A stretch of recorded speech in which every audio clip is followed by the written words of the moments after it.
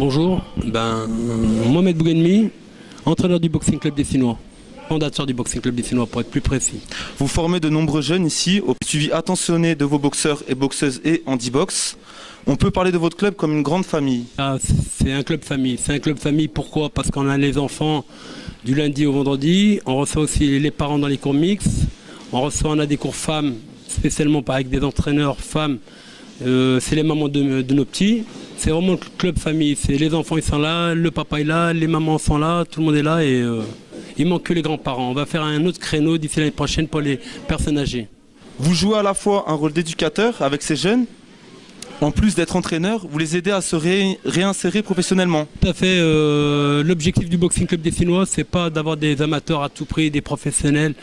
Mon rôle personnellement, il est auprès des jeunes, c'est un rôle éducatif. Moi la boxe je la connais, c'est ingrat, c'est très dur. On a une génération d'enfants qui aiment ce sport. Et l'objectif du Boxing Club Dessinois, c'est à travers un entraînement assidu, c'est de les mettre, d'envoyer leur CV dans des grosses boîtes comme Eiffage, qui les aident à trouver un emploi, une formation dans le BTP, etc. Voilà. Là, on a envoyé un CV d'un de nos boxeurs. Et lui veut être architecte, il a les diplômes, il a les bagages pour. Et c'est très bien, on le motive, on le soutient. Voilà. Vous menez de différents projets au sein de votre club, notamment enseigner la boxe dans un milieu carcéral grâce à un diplôme obtenu par un de vos entraîneurs. Et aussi Handibox, une belle initiative pour les handicapés, souvent rejetée par les autres clubs, aussi injuste que ça puisse paraître. Quelles ont été vos motivations? Les motivations, alors pour les jeunes qui sont en milieu carcéral, nous avons un de nos cadres techniques, Quentin Chaplon, qui a passé sa formation il y a 2 ans cela, qui a eu à intervenir en milieu carcéral, que ce soit à Corba ou à Mézieux. Et ça se passe très bien. C'est un garçon qui a découvert le monde carcéral à Paris. Il a été faire sa formation et c'est vrai que pour un garçon, ça a été un choc pour lui. C'est vrai que d'être enfermé, c'est vrai qu'il nous a confié énormément de... Mais il joue son rôle auprès des jeunes dans les maisons d'arrêt.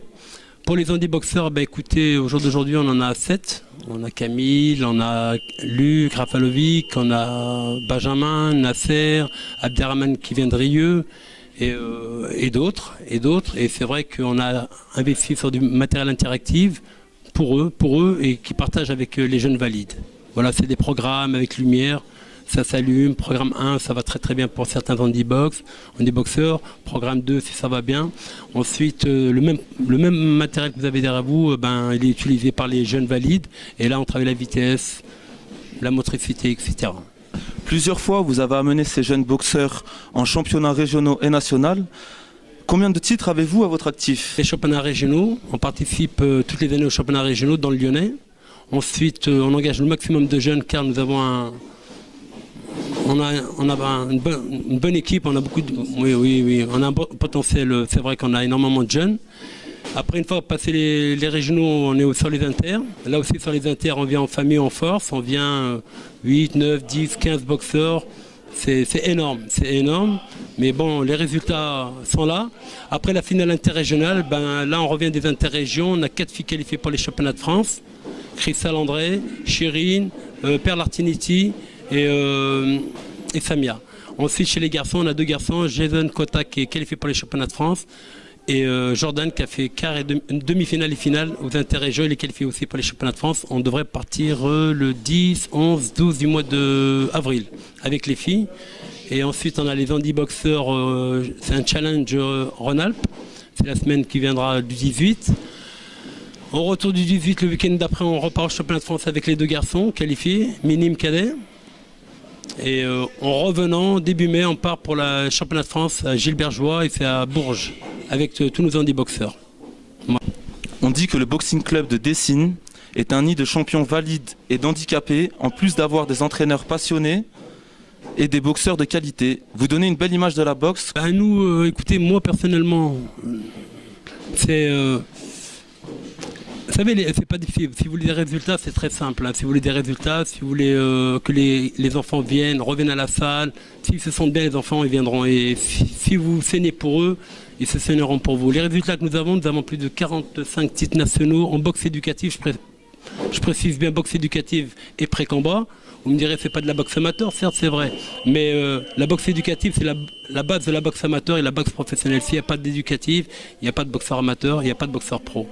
On est très fiers des titres que nous avons toutes les années. Nous participons à Angers au championnat de France. On a énormément de filles titrées au niveau national, autant que chez les garçons. C'est la stricte vérité. Chez les handiboxeurs, ben, c'est pareil. Ben, là, on a énormément d'handicapés et les résultats, ils sont là, quoi. Ils sont là. La boxe, nous, on essaie de la montrer, le bon côté de la boxe. La boxe éducative, il n'y a pas de souci. Les gamins, ils découvrent un sport avec un règlement fédéral qui les protège. On ne les envoie pas au casse-pipe. Pourquoi? Parce qu'un enfant, si vous le prenez, vous le mettez tout de suite en amateur, ben écoutez, il va découvrir la boxe, mais il va la découvrir sur un mauvais angle. Il n'aura pas les bases. Voilà. Et l'objectif, c'est de leur montrer, donner les bases de la boxe, le règlement, bien respecter le règlement fédéral. Et de ce fait, vous pouvez former des enfants. Ils reviennent les gamins parce qu'ils ont confiance en vous. Nous, on est actifs du lundi au dimanche. Voilà, on n'a pas de jour de repos. Personnellement, j'ai pas de jour de repos du lundi au dimanche. Le lundi au vendredi, c'est entraînement. Samedi, c'est compète.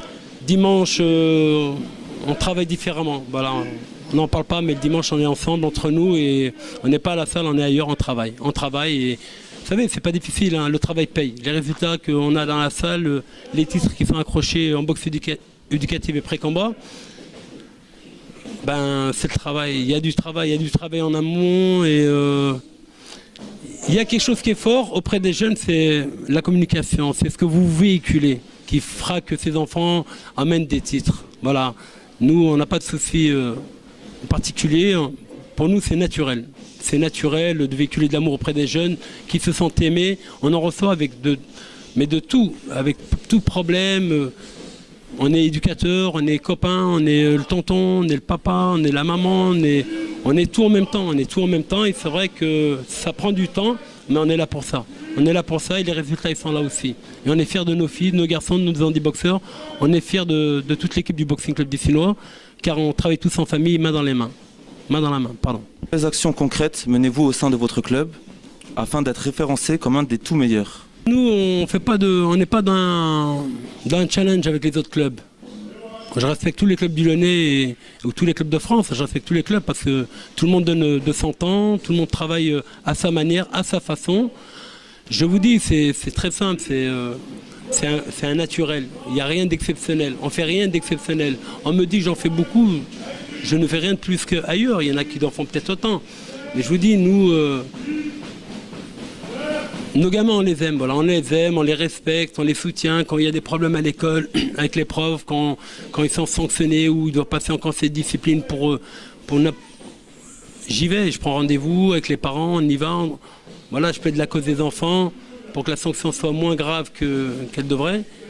Et chercher à trouver la raison, pourquoi l'enfant est sorti du contexte. Et c'est vrai qu'on arrive à avoir de bons comportements.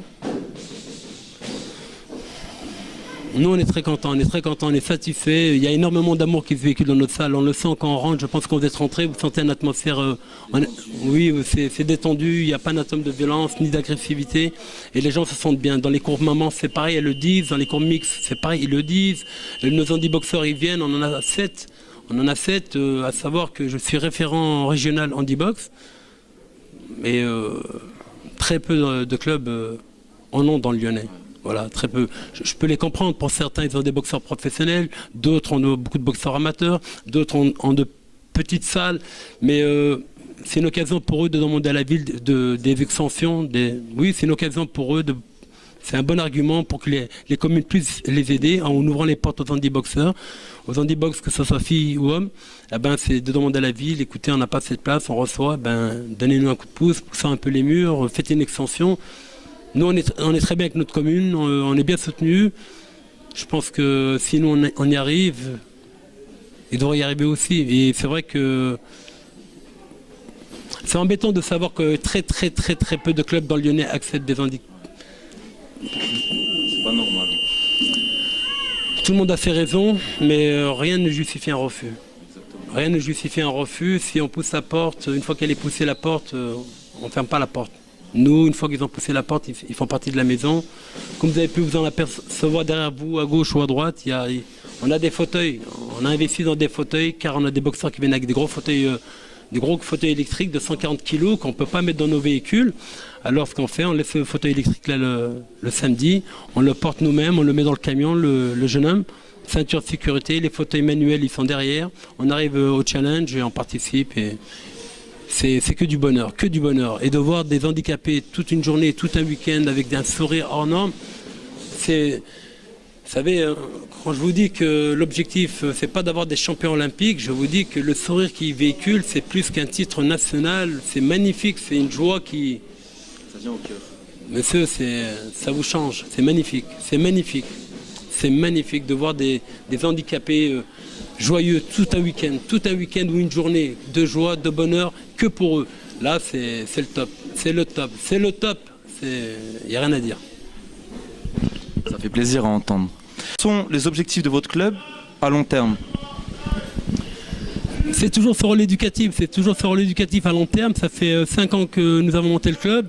Ça fait 5 ans qu'on est en boxe éducative. On a eu du pré-combat pendant 2 ans. La fédération elle a supprimé cela. Je pense comprendre. Ils ont supprimé cela pour que les clubs poussent leurs jeunes au niveau de la boxe amateur. Ce qui, je pense qu'ils en ont besoin. C'est vrai qu'il faudrait beaucoup d'amateurs. Il faudrait que dans notre pays, il y a beaucoup d'amateurs qui représentent notre pays au niveau monde, au niveau Europe. Nous avons déjà un bon potentiel. Et la boxe éducative, c'est la base. On n'a pas de garantie que l'enfant va revenir l'année d'après. Mais lorsqu'il passe une bonne année, avec une confiance, un sourire, un soutien, même s'il ne revient pas, il reviendra vous dire bonjour. Il est content. S'il a été champion de France, son nom, il est noté dans la salle. Il y a un tableau avec sa photo. Le rôle, il est là. Notre rôle, il est là. On est dans l'obligation au jour d'aujourd'hui. On a énormément de filles qui veulent passer amateur car elles arrivent au point de retour. Là, il faut qu'elles passent amateur. La boxe amateur, c'est un sport... la boxe, c'est ingrat. En amateur, c'est énormément de concessions. C'est vrai que moi, j'ai trouvé une stratégie pour pouvoir les passer en amateur et pas courir dans toute la France. Car vous n'avez plus de vie de famille. Et c'est vrai que mes entraîneurs à l'époque, les frères Pancel, Tony et Robert Pancel, me disaient, mon fils, c'est énormément de concessions. Et je peux comprendre que des entraîneurs dans le Lyonnais, ils naviguent tous les week-ends dans le nord, dans le sud, dans l'est, dans l'ouest. C'est énorme en concessions. Et moi, on a nos vies de famille. Et après, c'est comment arriver à faire de la boxe amateur en pouvant profiter de sa femme, de ses enfants, voilà. Et nous, on a trouvé la solution. On se la garde. Mais nos enfants participeront au championnat, ça c'est certain, les championnats régionaux du Lyonnais. Après, s'il y a des championnats interrégions, ils seront là. Et les championnats de France, s'ils sont qualifiés, ils seront là aussi. Mais on n'aura pas à courir toute la France pour gonfler les licences, pour avoir tant de combats. C'est pas le but. Je pense qu'il y a des façons de travailler. Nous, on a trouvé la solution pour l'année prochaine pour nos filles, nos garçons puissent passer amateurs. Et ils seront prêts à boxer en amateur. On n'aura pas besoin d'aller dans le nord, dans le sud, dans l'est, dans l'ouest pour faire boxer 1 ou 2 boxeurs. C'est vrai que si on m'appelle demain à Strasbourg pour 10 boxeurs, je veux bien y aller. Mais c'est vrai que quand vous vous déplacez pour 2 boxeurs, vous allez au bout du monde et les décisions sont souvent décevantes. Voilà.